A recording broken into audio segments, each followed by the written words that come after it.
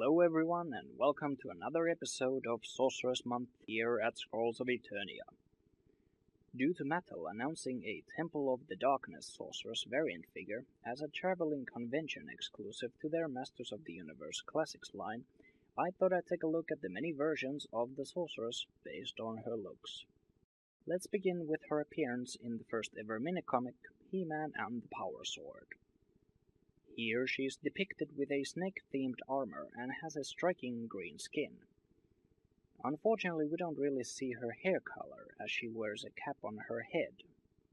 The design originates from so-called warrior goddess concept by Mark Taylor, which ultimately was used for the Teela figure in the toy line.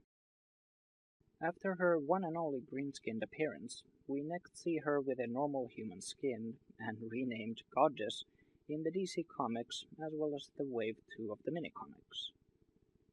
As there was one story in the early minicomics about Teela being a clone of the Goddess, I guess that means that her hair color is blonde. Then the Filmation Studios came around with their cartoon and they updated the design for the character, calling her once again the Sorceress. She now had a bird motif with wings and a fierce-looking falcon headpiece. This version of her outfit, with a orange, blue and white color scheme, became the most known. And to capitalize the success, Mattel implemented the cartoon design of the Sorceress in their Wave 3 minicomics, starting with a story that also borrowed elements from the episode Masks of Power. Though for some reason, her outfit was colored all white. This design with all white colors was used for the rest of the Wave 3 minicomics, though there is one variant to it shown in the first page of The Secret Liquid of Life, where the Sorceress has the headpiece and white outfit, but there are no wings and her sleeves are gone. Instead, her arms are covered with armband and wristband, much like Teela has. Then by Wave 4, with the Battle of Roboto, her outfit got colored in all pink tones. Why pink? Beats me. Even Teela got colored in all pink. Maybe the colors that Mattel had surplus of pink color to use, as it was sometimes all over the place. Though even in Filmation, the Sorceress didn't escape from wearing pink, as we saw her in a nightgown in Into Etheria. All this time, Mattel hadn't actually made a Sorceress figure. In the cartoon she was an important and memorable character, even showcasing her backstory in Origin of the Sorceress, with a pre-transformation Teela now. So Mattel ultimately made a figure of her with the colors matching the cartoon. And at the end of the Wave 5 minicomics, they also started giving her the cartoon-accurate colors. But actually before Filmation finalized the design of the Sorceress, she was depicted with a purple skin and an Egyptian-looking outfit.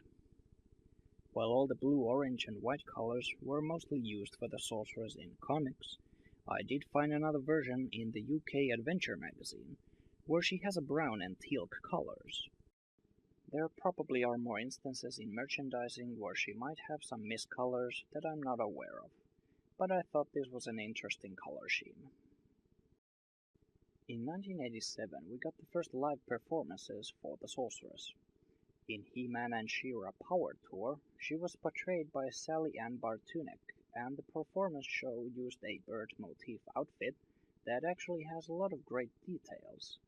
The costume is white, and there are blue highlights here and there, and some feathers even have gold touch-ups. During the same year, there was also a motion picture made, where the Sorceress was played by Christina Pickles. In the movie, she had a white gown and a crystal headpiece. Then, in 1989, Mattel tried to rejuvenate the He-Man toy franchise, and we got a new cartoon entitled The New Adventures of He-Man, where we also see a very white outfit on the Sorceress, including the bird motif and wings. The minicomic version of her is a very science fiction inspired and didn't have wings. It almost reminds me of the Teela costume from the live action movie. By 2002, For the 20th anniversary, Mattel again brought He-Man back with a toy line and a cartoon. The Four Horsemen were given the task of designing many of the figures, which then were used for the cartoon. Here we got the sorceress again with a bird motif, though her wings are more organic and the color scheme is copperish brown and teal. You see why I mentioned that earlier color scheme to her. Apparently though, the Four Horsemen intended the sorceress to still have her original colors of blue, orange and white, but the model image that was sent to Mike Young Productions, who were handling the cartoon, was black and white, so they came up with their own color version. For the modern toy line in 2002, the sorceress apparently was planned to be made as an action figure. Her prototype was shown during San Diego Comic-Con in 2004, but unfortunately the line ended before she got made.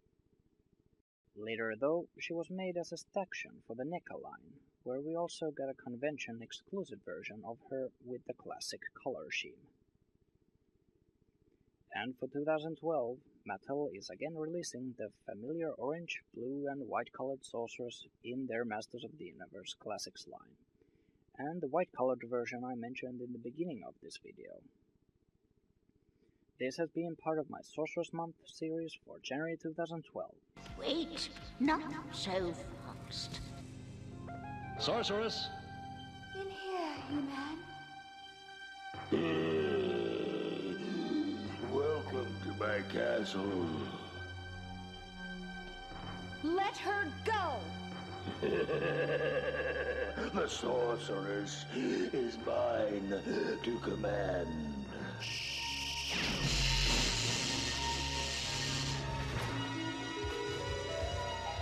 Keep them away while I open the travel corridor.